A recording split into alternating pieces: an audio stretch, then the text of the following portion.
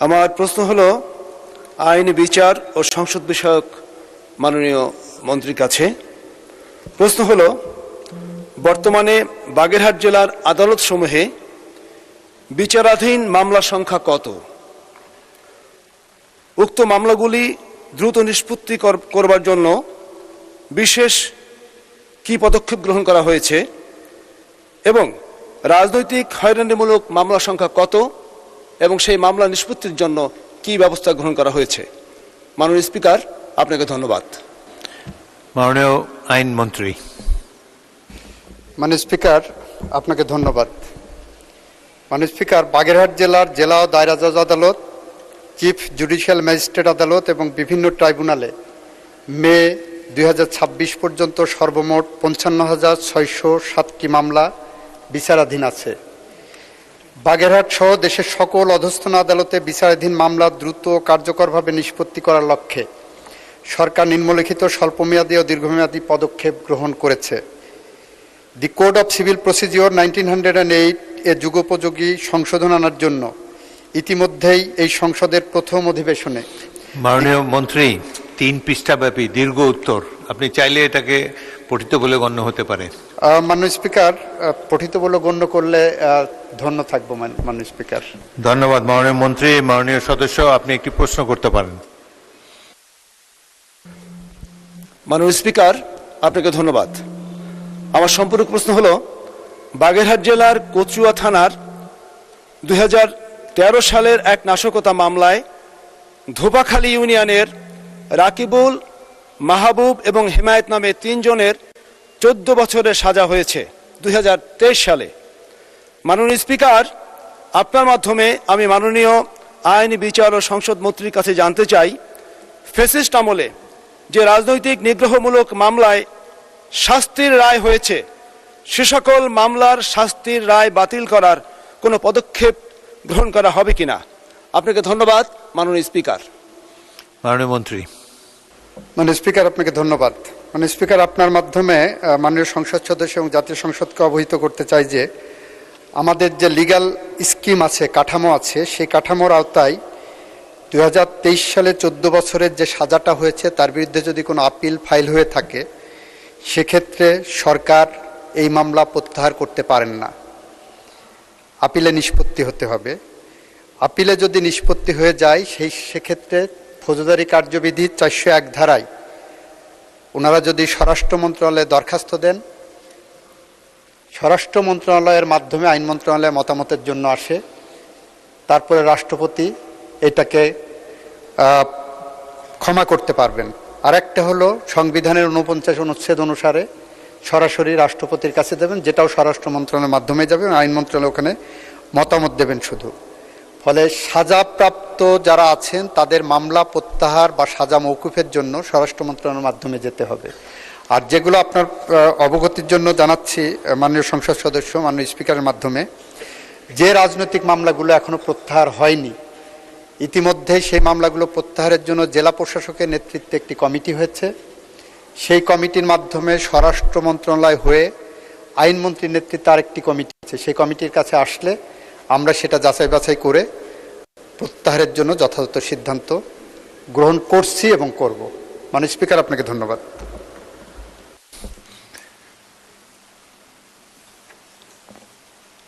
ধন্যবাদ মাননীয় মন্ত্রী।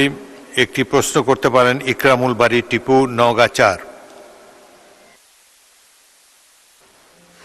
মাননীয় স্পিকার, আপনাকে ধন্যবাদ। আমি মাননীয় আইনমন্ত্রীর দৃষ্টি আকর্ষণ করে প্রশ্ন রাখতে চাই যে নওগাঁ আমাদের উত্তরাঞ্চলের মধ্যে একটি বৃহত্তম জেলা। এই জেলায় জুডিশিয়াল ম্যাজিস্ট্রেট ভবন নির্মিত না হওয়ার কারণে পুরাতন যেটা জজ কোর্ট, সেইখানের একটি কক্ষ ব্যবহার করে এবং গাড়ি বারান্দা ব্যবহার করে জুডিশিয়াল ম্যাজিস্ট্রেটগণ আদালত পরিচালনা করেন। এখানে আইনজীবী, বাদী, বিবাদী পক্ষের লোকজন সহ অন্যান্য শ্রেণী পেশার মানুষ যারা বিচার পর্যবেক্ষণের জন্য উপস্থিত থাকেন, তাদের স্থান সংকুলান হয় না, খুবই সমস্যা হয়, যেহেতু 11টি উপজেলা, এই উপজেলার কোর্টগুলো ওইখানে বসে। আমাদের জানামতে দেশের অধিকাংশ জায়গায় এই মাননীয় সদস্য প্রশ্ন করুন। চিফ জুডিশিয়াল ম্যাজিস্ট্রেট ভবন নির্মিত হলেও নওগাঁর জন্য জমি অধিগ্রহণের কাজ হওয়া সত্ত্বেও দীর্ঘদিন ধরে কেন চিফ জুডিশিয়াল ম্যাজিস্ট্রেট ভবন নির্মিত হচ্ছে না, এ ব্যাপারে তড়িৎ কোনো পদক্ষেপ গ্রহণ করবেন কিনা মাননীয় আইনমন্ত্রীর কাছে তা জানতে চাই। ধন্যবাদ মাননীয় স্পিকার। মাননীয় মন্ত্রী। মাননীয় স্পিকার, আপনার মাধ্যমে সংসদ সদস্যকে ধন্যবাদ জানাচ্ছি। উনি একটি খুব প্র্যাগম্যাটিক, ভাইটাল এবং জনগুরুত্বপূর্ণ প্রশ্ন করেছেন। বাংলাদেশে আদালতগুলোতে এখন আদালত ভবনে বিচার বিভাগীয় কর্মকর্তাদের বসার আসন সংখ্যার খুবই সংকট। তার মধ্যে নওগাঁও বাইরে না, আমরা 23টি জেলায় জুডিশিয়াল ম্যাজিস্ট্রেট আদালত নির্মাণের জন্য ইতিমধ্যেই যথাযথ পদক্ষেপ নিয়েছি। অনুমোদনের জন্য ফাইল প্রসেস হয়েছে, তার মধ্যে নওগাঁটা আছে। আশা করি আমরা অচিরে এই সমস্যার সমাধান করতে পারবো। মাননীয় স্পিকার।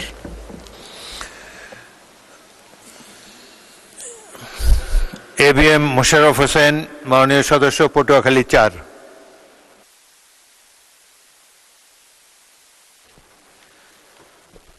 ধন্যবাদ মাননীয় স্পিকার।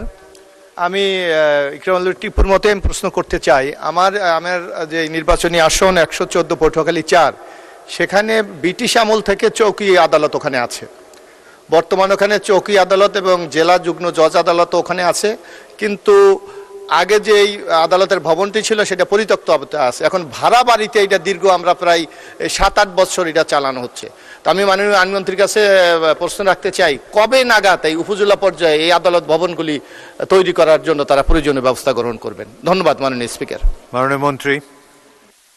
মাননীয় স্পিকার, আপনাকে ধন্যবাদ। আপনার মাধ্যমে মাননীয় সংসদ সদস্যকেও ধন্যবাদ। বাংলাদেশে বর্তমানে 64টা জেলা, 64টা জেলায় আদালতের বাইরেও 74টা চৌকি আদালত আছে। প্রত্যেকটা চৌকি আদালতের অবস্থা একই রকম। আমার স্বপ্ন, আমার স্বাদ আগামীকালই এগুলো উন্নত করে দিই, কিন্তু আমার সাধ্যের বাইরে। তো আমরা এটা পর্যায়ক্রমিকভাবে চৌকি আদালতগুলোকে নির্মাণ সংস্কারের দিকে এগিয়ে যাচ্ছে, এবং গতকাল রাতেই সমস্ত স্কিম নিয়ে আমি মাননীয় প্রধান বিচারপতির সাথে কথা বলেছি। আমরা এই কাজগুলো দ্রুত গতিতে এগিয়ে নিয়ে যাব পর্যায়ক্রমিকভাবে। আপনাকে ধন্যবাদ মাননীয় স্পিকার। পরবর্তী প্রশ্ন তারকা চিহ্নিত প্রশ্ন 1955, মাননীয় সদস্য মার্জিয়া বেগম, মহিলা আসন 38, উত্থাপন করুন। ধন্যবাদ স্পিকার। ধন্যবাদ মাননীয় স্পিকার। মৎস্য ও প্রাণী সম্পদ মন্ত্রী মহোদয়, অনুগ্রহ করিয়া বলিবেন কি, সরকার ঘোষিত ইলিশ ধরার নিষেধাজ্ঞার সময় লক্ষ্মীপুরের প্রান্তিক জেলেদের যে BGF চাল বা খাদ্য সহায়তা দেওয়া হয় তা অনেক ক্ষেত্রে পর্যাপ্ত নয় বা সময় মতো পৌঁছায় না। জেলেদের জন্য এই সহায়তার পরিমাণ বৃদ্ধি এবং বিকল্প কর্মসংস্থান সৃষ্টিতে মৎস্য ও প্রাণী সম্পদ মন্ত্রণালয়ের সুনির্দিষ্ট পরিকল্পনা কি? ধন্যবাদ। মাননীয় পানি সম্পদ মন্ত্রী মোহাম্মদ আমিনুর রশিদ, প্রাণী সম্পদ। স্যার, 2টা ওয়ার্ড। বিসমিল্লাহির রহমানির রহিম। মাননীয় স্পিকার, 2টা ওয়ার্ড এত কাছাকাছি, আমিও মধ্যে ভুল করে ফেলি। বিসমিল্লাহির রহমানির রহিম। মাননীয় স্পিকার, আপনাকে ধন্যবাদ জানাচ্ছি। মাননীয় MP মার্জিয়া বেগমকে। মাননীয় স্পিকার, ইলিশ অভয়াশ্রমে মার্চ-এপ্রিল মাসে মৎস্য আহরণ বন্ধের পরিপ্রেক্ষিতে লক্ষ্মীপুর সদর, কমলনগর, রায়পুর, রামগদি উপজেলায় 25-26 অর্থ বছরে ইলিশ সম্পদ উন্নয়ন ও ব্যবস্থাপনা প্রকল্প এর আওতায় 5500টি জেলে পরিবারকে খাদ্য সামগ্রী সহায়তা প্রদান করা হয়েছে। মাননীয় স্পিকার, প্রতিটি জেলে পরিবারে 2 মাসের জন্য 2 ধাপে মোট 12 কেজি আটা, 10 লিটার সয়াবিন তেল, 8 কেজি ডাল, 4 কেজি চিনি, 4 কেজি লবণ এবং 16 কেজি আলু প্রদান করা হয়েছে।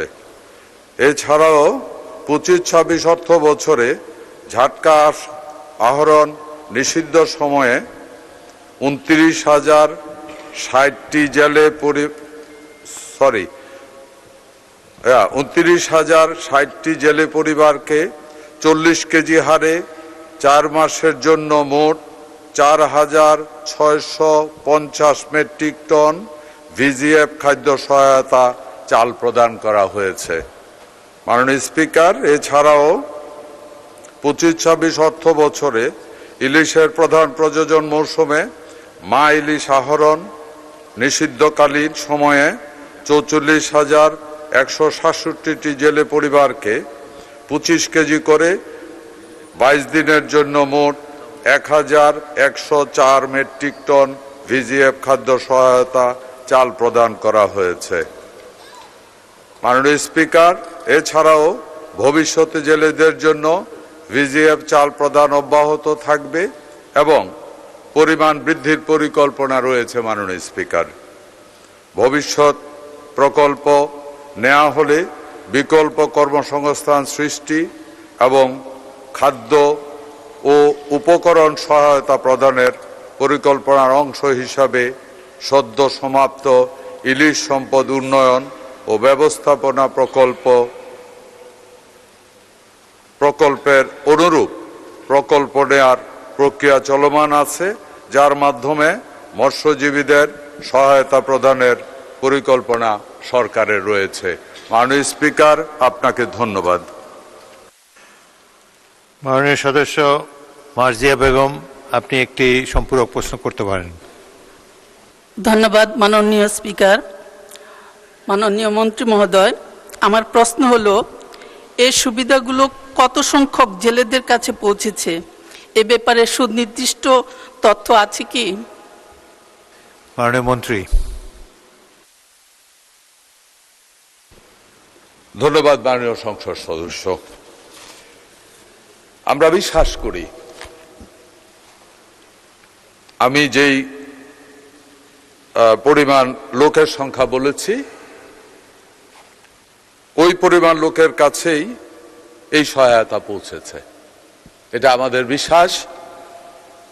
কারণ এই লিস্টগুলি তৈরি করা হয়েছে এলাকার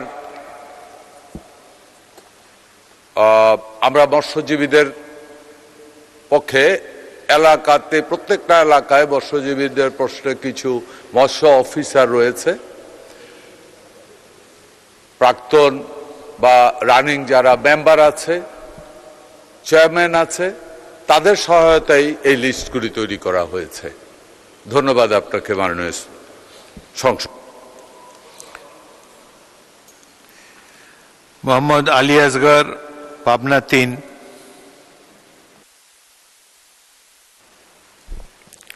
বিসমিল্লাহির রহমানির রহিম। আসসালামু আলাইকুম রহমতুল্লাহ।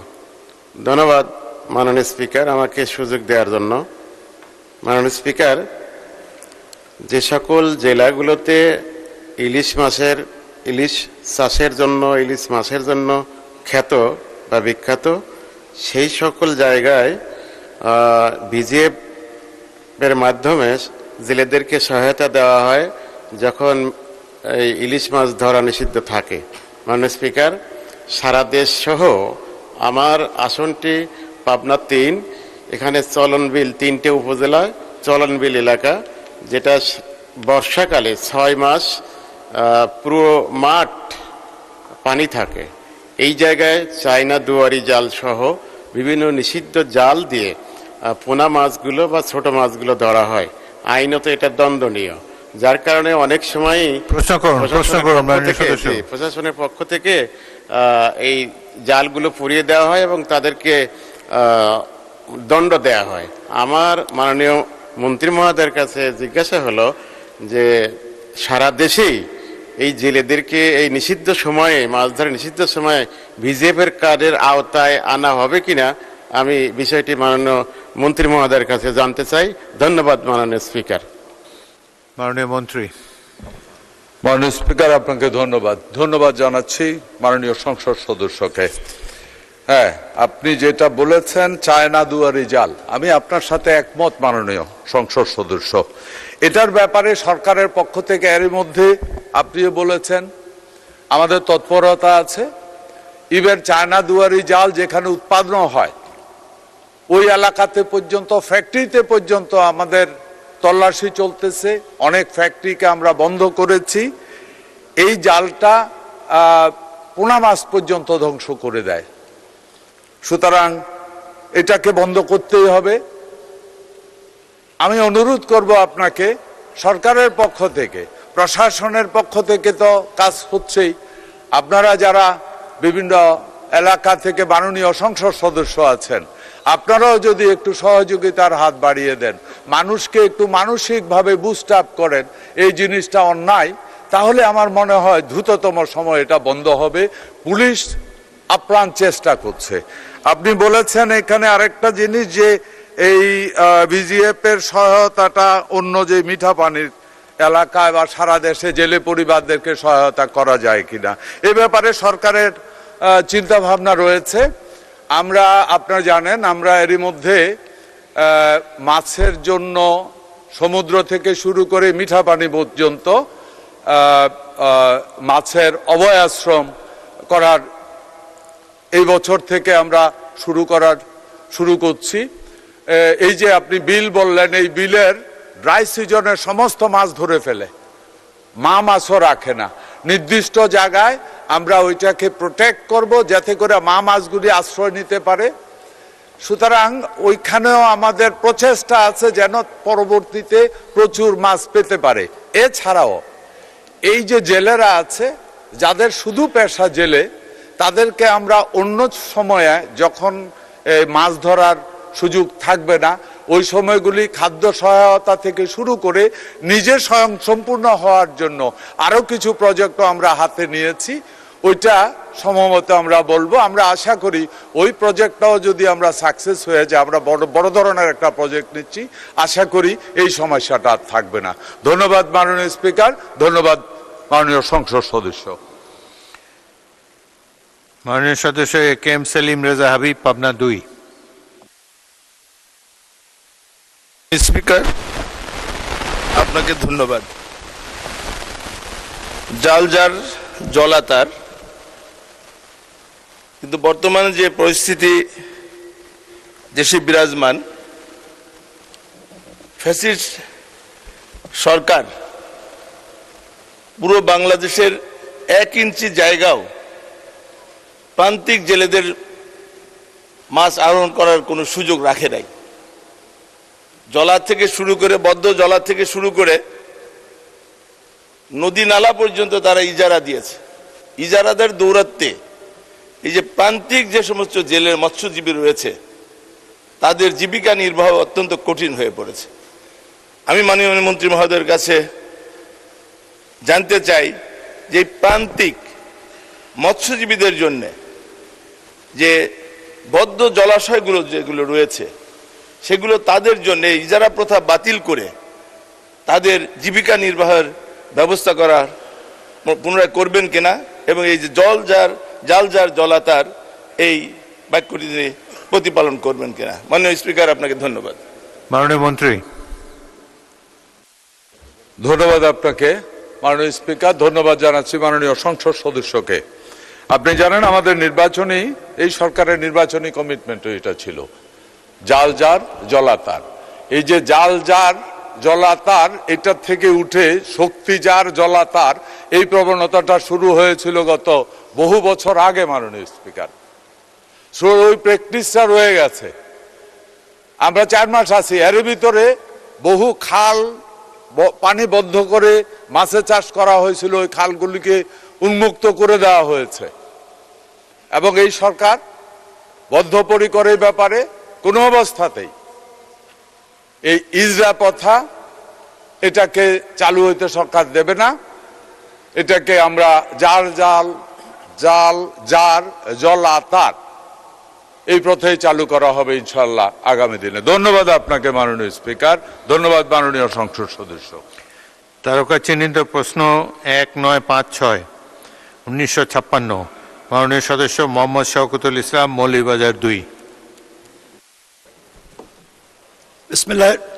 বিসমিল্লাহির রহমানির রহিম। মাননীয় স্পিকার, আপনাকে ধন্যবাদ। কেন জানি না এখানে দাঁড়ালেই একটা ভয় কাজ করে যে কখন আপনি বলে ফেলবেন আপনার সময় 2 মিনিট, কিন্তু আজকে সেই ভয়টা নেই। কিন্তু একটা লাভ হয়েছে মাননীয় স্পিকার, যখন এলাকাতে যাই তখন সাধারণত প্রধান অতিথি হিসাবে কথা বলার সুযোগ পাই। আমি কাউকে সঞ্চালনা করার সুযোগ দেই না, আমি নিজে মাইক নিয়ে নেই এবং বলি আপনার মতো যে আপনার সময় 2 মিনিট। মাননীয় সদস্য, আপনি প্রশ্নটা উত্থাপন করেন যেভাবে প্রশ্নটা উত্থাপন করছে মানুষ বিহার, আপনি সম্পূর্ণকে বাড়তি কথা বলতে পারবেন। এখন প্রশ্নটা উত্থাপন করুন। আমি মোহাম্মদ শওকতুল ইসলাম, 236 মৌলভীবাজার 2, 1956 তারকার চিহ্নিত প্রশ্ন মহান সংসদে উত্থাপন করছি। জনপ্রশাসন মন্ত্রী মহোদয়, অনুগ্রহ করিয়া বলিবেন কি, মৌলভীবাজার জেলার কুলাউড়া উপজেলায় বিভিন্ন দপ্তরে দীর্ঘদিন ধরিয়া প্রথম ও দ্বিতীয় শ্রেণীর কর্মকর্তার পদ খালি রহিয়াছে। উক্ত শূন্য পদে জরুরি ভিত্তিতে পদায়ন করা হইবে কিনা, হইলে তাহা কবে নাগাদ? ধন্যবাদ মাননীয় স্পিকার।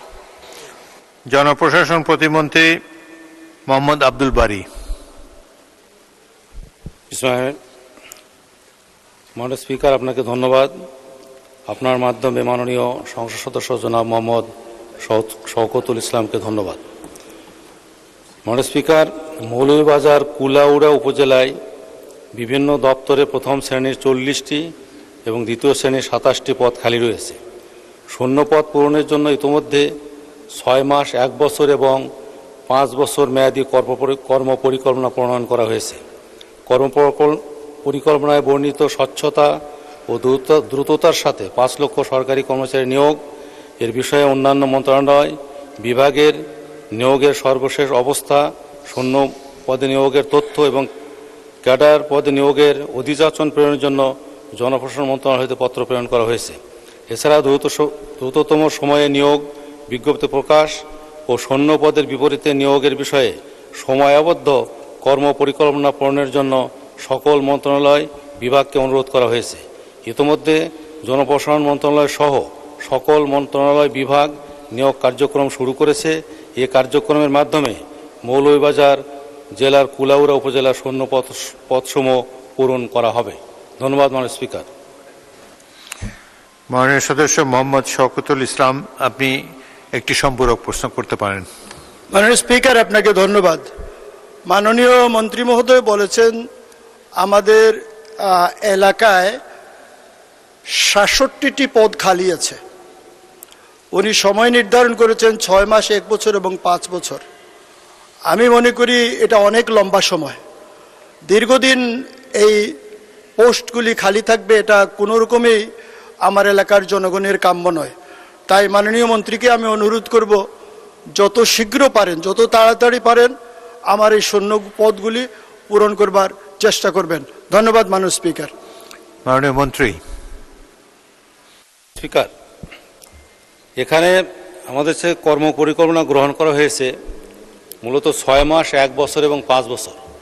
ইতিমধ্যে মাননীয় স্পিকার, সারা দেশেই নিয়োগ কার্যক্রম চলমান রয়েছে। অত্যন্ত স্বচ্ছতার সাথে নিয়োগ কার্যক্রম চলছে এখানে, এবং 1 বছরের মধ্যে ম্যাক্সিমাম পদই মাননীয় স্পিকার পূরণ হয়ে যাবে। কিছু কিছু বিষয় থাকে, আদালতের মামলা মোকদ্দমা বা অন্যান্য কারণে কিছু কিছু পদ পূরণে সময় লেগে যায়। ওই জন্য 5 বছর মেয়াদটি রাখা হয়েছে। তবে ম্যাক্সিমাম পদই 1 বছরের মধ্যে মাননীয় স্পিকার পূরণ হয়ে যাবে আশা করা যায়, এবং সেভাবেই কার্যক্রম চলছে। মাননীয় স্পিকার, আপনাকে ধন্যবাদ। সাবিকুন নাহার, মহিলা 40, একটি প্রশ্ন করতে পারেন। আসসালামু আলাইকুম মাননীয় স্পিকার, আপনাকে ধন্যবাদ।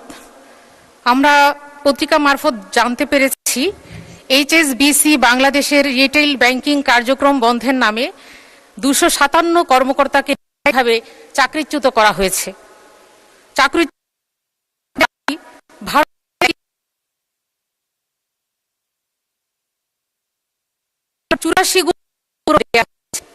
অথচ বাংলাদেশে চাকরিচ্যুত কর্মকর্তাদের 15 মাসের বেতনের সমপরিমাণ সুবিধা বৈষম্যমূলক।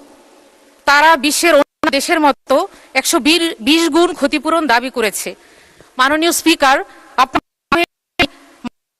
মাননীয় পানি সম্পদ মন্ত্রী মহোদয়ের অনুগ্রহ করিয়া বলিবেন কি, কাপাসিয়া উপজেলার বিভিন্ন খাল ও জলাধারে অবৈধ দখল এবং দূষণ রোধে পানি সম্পদ মন্ত্রণালয় কি কি পদক্ষেপ গ্রহণ করিয়াছেন? মাননীয় মন্ত্রী শহীদুদ্দিন চৌধুরী। ধন্যবাদ মাননীয় স্পিকার। আমি মাননীয় সংসদ সদস্য গাজীপুর 4 ওনাকে আন্তরিকভাবে মোবারকবাদ জানাই। ওনার যে প্রশ্নটি এটি অত্যন্ত গুরুত্বপূর্ণ এই মুহূর্তে, যেহেতু আমরা আমাদের এই সরকার দায়িত্ব নিয়েই খাল খনন কর্মসূচি হাতে নিয়েছি।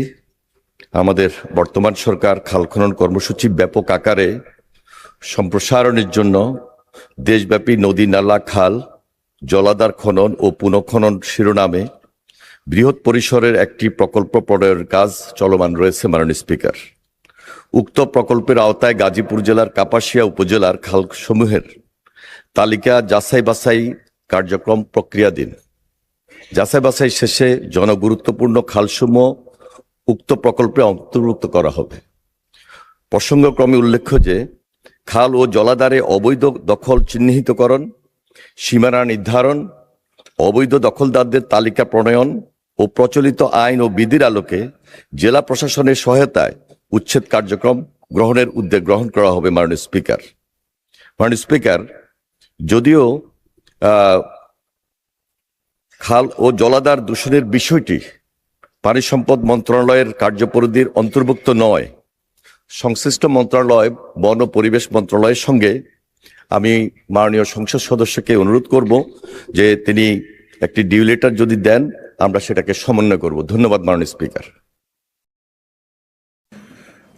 মাননীয় সদস্য সালাউদ্দিন, আপনি একটি প্রশ্ন করতে পারেন। মাননীয় স্পিকার, আপনাকে আবারও ধন্যবাদ। মাননীয় স্পিকার, আমার নির্বাচনী এলাকা গাজীপুর 4 কাপাসিয়ার অত্যন্ত গুরুত্বপূর্ণ একটি নদী ঘুরসাপ জলমহল নামে। এই নদীটি ফ্যাসিস্ট আমল থেকে স্থানীয় কিছু প্রভাবশালী ব্যক্তি একেবারেই বিনামূল্যে বলা যায় মাত্র 5 লক্ষ টাকায় 5 বছরের জন্য বরাদ্দ নিয়ে আজকে প্রায় 20 বছর যাবৎ তারা এটা দখল করে আছে। এই নদী দখলের কারণে প্রায় 3,500 পরিবার নদী তীরবর্তী, যারা জেলে হিসেবে নিজেদের জীবনযাপন করত, আয়ের উৎস ছিল, তারা তাদের আয় থেকে বঞ্চিত হচ্ছে এবং একেবারে কষ্টে জীবনযাপন করছে। এই নদী উদ্ধারে কোনো পরিকল্পনা বা পদক্ষেপ মাননীয় মন্ত্রী নেবেন কিনা আমি মাননীয় মন্ত্রী মহোদয়ের কাছে জানতে চাই। মাননীয় মন্ত্রী। মাননীয় স্পিকার, এই ধরনের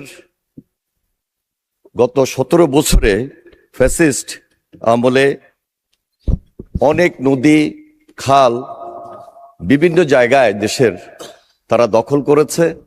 আমরা আইনগত প্রক্রিয়ার মাধ্যমে সেগুলো অবশ্যই উদ্ধার করার জন্য চেষ্টা করব। পাশাপাশি ওনার যে গুরসাপ জলমহল এই খালটি, নদীটি, এটি কি পরিমাণ সেখানে দখল হয়েছে, আমি আশা করছি যে আমাদের মাননীয় এমপি সাহেব উনি সব বসে আমরা আলোচনা করে মন্ত্রণালয়ে সেটা সংশ্লিষ্ট জেলার ডিসি সাহেবের সঙ্গে আলোচনার সাপেক্ষে আমরা প্রয়োজনীয় ব্যবস্থা গ্রহণ করার উদ্যোগ গ্রহণ করব।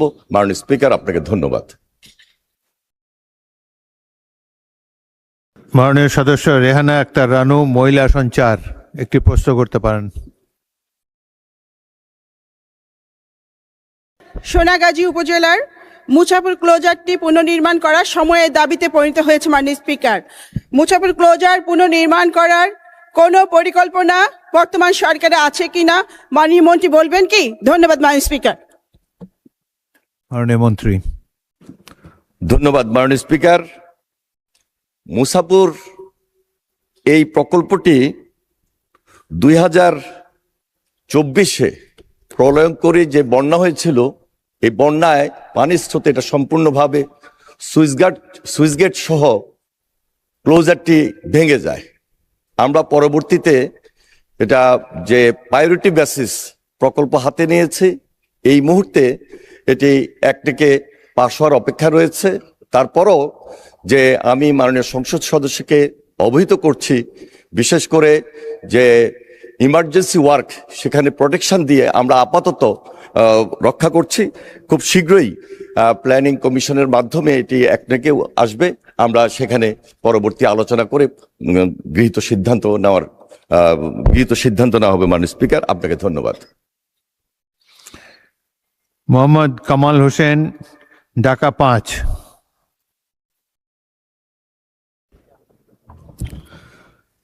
মাননীয় স্পিকার, আমি আপনার মাধ্যমে মাননীয় মন্ত্রীর কাছে জানতে চাই, আমাদের ঢাকা 5 নির্বাচনী এলাকা যাত্রাবাড়ি, ডেমরা, কদমতলীর একাংশ নিয়ে গঠিত।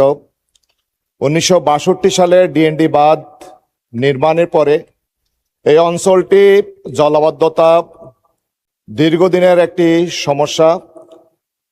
ইরিগেশন প্রকল্প হিসেবে এই এলাকাটি যখনই খনন করা হয়েছিল, তারপরে নগরায়ন হওয়ার পরে সিটি কর্পোরেশনের 2017 সালে অন্তর্ভুক্ত হওয়ার পরেও এখানে 14টি খাল, অধিকাংশ খাল বেদখল হয়ে আছে এবং ফেসিস্ট আমলও সিটি কর্পোরেশন অন্তর্ভুক্ত হয়েছে, বাট এই অঞ্চলের জলাবদ্ধতা নিরসন হয়নি। মাননীয় স্পিকার, আমি মাননীয় মন্ত্রীর কাছে জানতে চাই, আমাদের ডিএনডি বাঁধের ভিতরে বিশেষ করে আমার যাত্রাবাড়ি, ডেমরা, এই কদমতলী অঞ্চলের মানুষের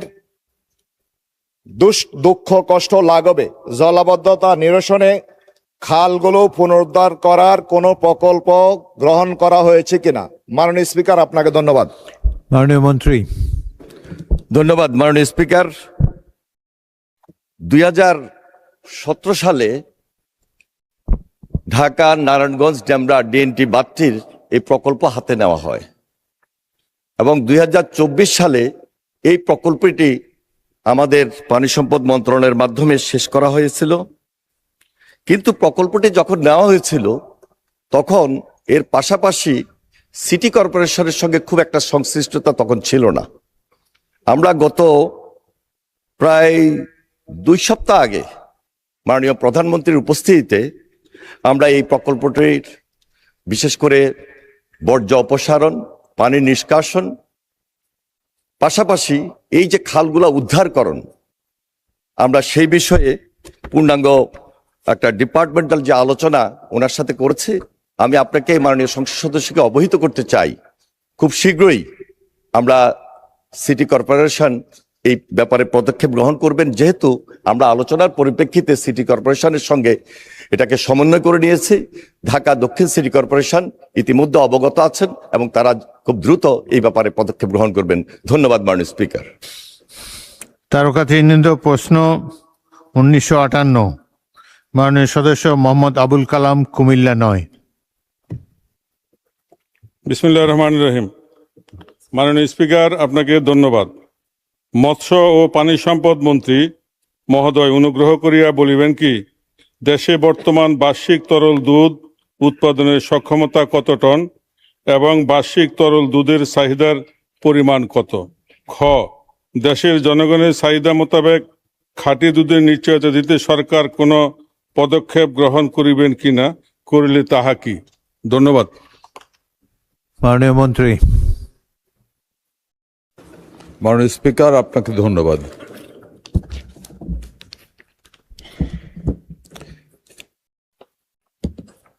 ধন্যবাদ জানাচ্ছি মাননীয় সংসদ সদস্যকে। দেশে বর্তমানে বার্ষিক তরল দুধ উৎপাদনের সক্ষমতা 1,55,38,000 মেট্রিক টন এবং বার্ষিক তরল দুধের চাহিদা 1,62,33,000 মেট্রিক টন 2024-25 অর্থ বছরের হিসাবে এটা। মাননীয় স্পিকার, দেশের জনগণকে চাহিদা মোতাবেক খাঁটি, নিরাপদ ও মানসম্মত দুধের নিশ্চয়তা দিতে সরকার বিভিন্ন পদক্ষেপ গ্রহণ করেছে। এর মধ্যে উল্লেখযোগ্য হল প্রাণীজাত পণ্যের গুণগত মান নিশ্চিতকরণ ও নিরাপদ খাদ্য সরবরাহের লক্ষ্যে দেশে প্রথমবারের মতো আন্তর্জাতিক মানদণ্ড অনুযায়ী স্বীকৃত আইএসও সনদ প্রাপ্ত একটি অ্যাগ্রিগেটেড কোয়ালিটি কন্ট্রোল ল্যাবরেটরি প্রতিষ্ঠা করা হয়েছে মাননীয় স্পিকার, যার মাধ্যমে ভেজাল মুক্ত, নিরাপদ, মানসম্মত দুধ সরবরাহ নিশ্চিত করা যাবে। মাননীয় স্পিকার, প্রাণী সম্পদ অধিদপ্তরের বিভিন্ন উন্নয়ন প্রকল্পের আওতায় দেশে দুধ সংগ্রহ, সংরক্ষণ ও মান নিয়ন্ত্রণের ব্যবস্থা উন্নয়নের লক্ষ্যে 40টি চিলিং প্ল্যান্ট, 466টি উপজেলায় একটি করে মোট 466টি মিল্ক অ্যানালাইজার সরবরাহ করা হয়েছে। এসব মিল্ক অ্যানালাইজারের মাধ্যমে তরল দুধের বিশুদ্ধতা ও গুণগত মান দ্রুত নির্ভুলভাবে পরীক্ষা করা সম্ভব হচ্ছে। এছাড়া ম্যাচিং গ্র্যান্ড কর্মসূচির আওতায় দেশের বিভিন্ন জেলা ও উপজেলায় 15টি ডেইরি হ্যাব, 300টি ভিলেজ মিল্ক কালেকশন সেন্টার, 186টি ক্ষুদ্র আকারের মিল্ক প্রসেসিং প্ল্যান্ট স্থাপন করা হয়েছে। এসব উদ্যোগের ফলশ্রুতিতে নিরাপদ ও মানসম্মত দুধ সংগ্রহ, প্রক্রিয়াজাতকরণ, সংরক্ষণ এবং বাজারজাতকরণের ব্যবস্থা আরো শক্তিশালী হয়েছে মাননীয় স্পিকার। এই সকল কার্যক্রমের মাধ্যমে দেশের জনগণের দুধের চাহিদা পূরণ করা সম্ভব হচ্ছে। ধন্যবাদ মাননীয় স্পিকার।